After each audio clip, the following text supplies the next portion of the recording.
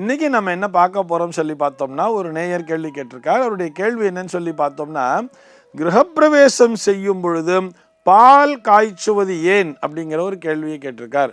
கிரகப்பிரவேசம்னு சொன்னா நம்ம ஒரு புதுமனை புகுவிழா நம்ம சொந்தமாக கிரகப்பிரவேசம் பண்ணும் பொழுதும் சரி, இது போக ஒரு வாடகை வீட்டிற்கு குடி போகும் பொழுது கூட முதல்ல பால் காய்ச்சறதுன்னு சொல்றா இல்லையா, பால் காய்ச்சிட்டியா அப்படின்னு சொல்லி கேட்பா.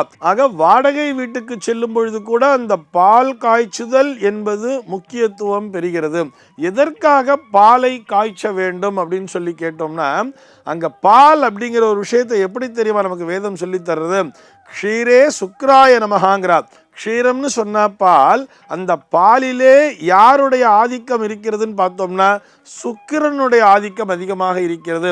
ஆக ஒரு வீட்டிலே நாம் நல்லபடியாக வாழ வேண்டும், அந்த வீட்டிலே செல்வ வளம் என்பது பெருகி இருக்க வேண்டும், இது எல்லாவற்றையும் விட மன சந்தோஷம் என்பது கிடைக்க வேண்டும் என்று சொன்னால் அதற்குரிய கிரகமாக பார்க்கக்கூடுவது அந்த சுக்கிரன் என்கின்ற கிரகம்தான்.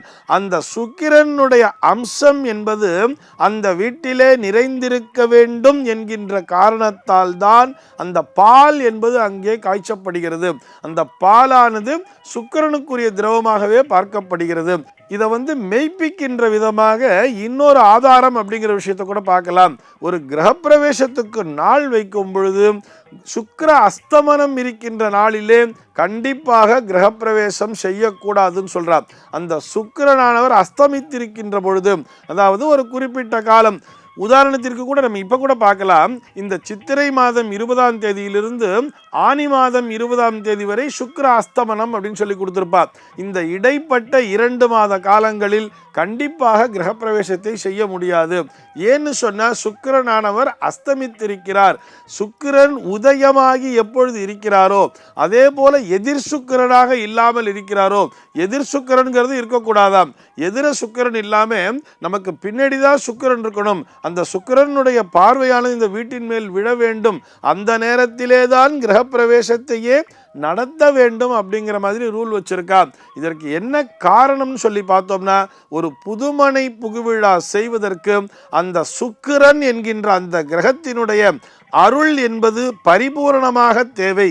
இது என்ன காரணம் அப்படின்னு சொல்லி பார்த்தோம்னா, ஒரு புதுமனை புகுவிழா செய்யும் பொழுது சுக்கிரன் என்கின்ற கிரகமானது வலுப்பெற்றிருக்க வேண்டும். சுக்கிர அஸ்தமனமும் கூடாது, எதிர் சுக்கிரனும் கூடாது.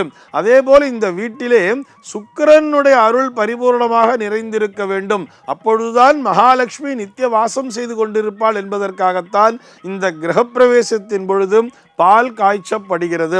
அதே மாதிரி பாலை காய்ச்சிட்டு அதுக்கப்புறம் அதை நைவேத்தியம் பண்ணிட்டு அதை சாப்பிட்றதுக்கு முன்னாடி கூட ஒரு மந்திரத்தை சொல்லி தருவார். வாத்தியார் ஒரு மந்திரம் சொல்லி தருவார். அந்த மந்திரத்தை சொல்லித்தான் அந்த பாலினை அருந்த வேண்டும் அப்படின்னு சொல்றது. அது என்ன மந்திரம்னு சொல்லி பார்த்தோம்னா, ஆப்யாயஸ்வ சமேதுதே விஸ்வதா சோம விஷ்ணியம் பவா வாஜஸ்ய சங்கதே அப்படின்னு சொல்லுவார்.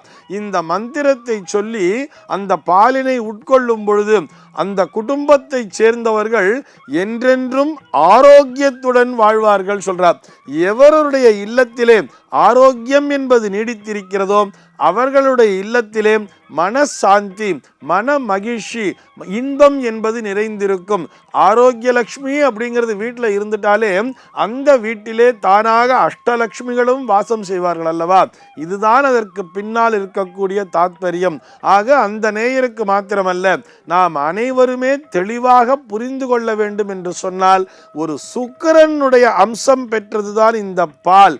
அந்த சுக்கிரனுடைய அந்த அருளானது நமக்கு பரிபூரணமாக வேண்டும் என்கின்ற அந்த காரணத்தால் தான் கிரகப்பிரவேசத்தின் பொழுதும் ஒரு வாடகை வீட்டிற்கு நாம் செல்லும் பொழுதும் முதல்ல அங்கே என்ன பண்றோம்னு சொன்னா, பாலை காய்ச்சுகிறோம். அந்த பால் காய்ச்சி அந்த பாலை நைவேத்தியம் செய்து அதனை இறைவனை பிரார்த்தித்து நாம் உள்ளே அருந்தும் பொழுது அந்த இல்லத்திலே நாம் என்றென்றும் ஆரோக்கியத்துடன் வாழ்வோம்.